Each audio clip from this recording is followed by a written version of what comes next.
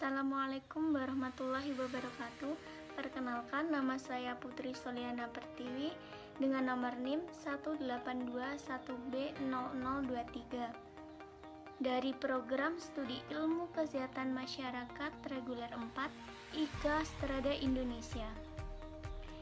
Dalam video ini saya akan memberikan contoh need assessment atau proses analisis ataupun identifikasi suatu masalah kesehatan dalam program perencanaan menggunakan metode Preset Framework.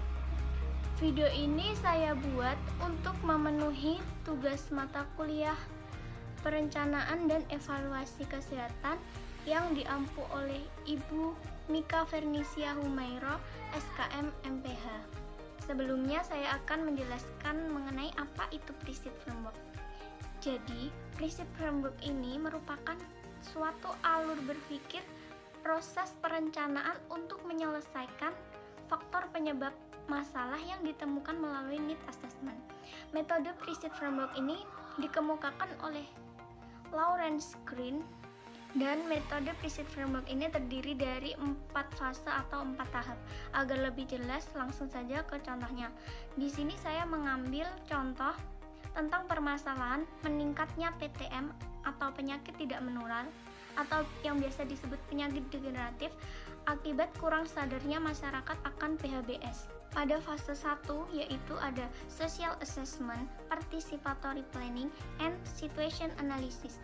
Pada tahap ini kita melakukan diagnosis kondisi sosial untuk mengetahui kondisi di lapangan. Biasanya tahap ini dilakukan melalui data primer maupun data sekunder. Contoh permasalahan pada kasus yaitu adanya desa terpencil atau terisolir, penyebaran usia produktif yang tidak seimbang, kemudian ada tingkat pendidikan atau pendapatan masyarakat yang masih rendah, dan juga jarak yang jauh dari kota. Untuk fase kedua yaitu ada Epidemiological, Behavioral, and Environmental Assessment. Pada tahap ini kita mengidentifikasi atau menentukan prioritas masalah yang ada di lapangan.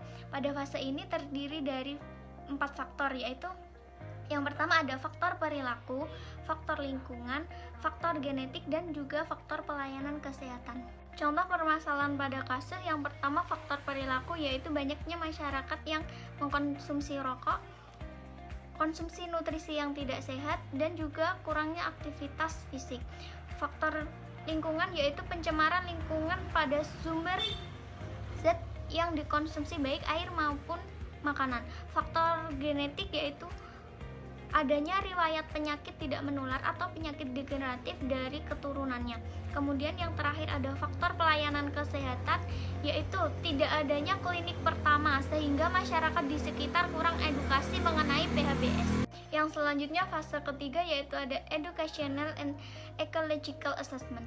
Pada tahap ini diidentifikasi faktor-faktor yang mendorong atau membatasi terjadinya perubahan suatu perilaku ataupun lingkungan. Pada tahap ini terdiri dari 3 faktor. Yang pertama ada predisposing, contohnya kurangnya pengetahuan masyarakat akan PHBS dan juga tidak adanya kemauan masyarakat untuk melakukan PHBS. Yang kedua ada reinforcing, yaitu kurangnya dukungan dari petugas kesehatan. Dan yang ketiga ada enabling, yaitu ketersediaan dan keterjangkauan fasilitas kesehatan yang sangat kurang, dan juga paparan informasi tentang kesehatan yang sangat minim. Pada fase yang keempat atau fase yang terakhir yaitu Administrative and Policy Assessment and Intervention Alignment. Di sini diidentifikasi mengenai peraturan, kebijakan maupun hambatan dari pelaksanaan program.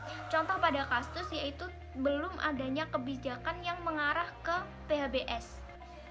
Demikian penjelasan dari saya mengenai Preset Framework.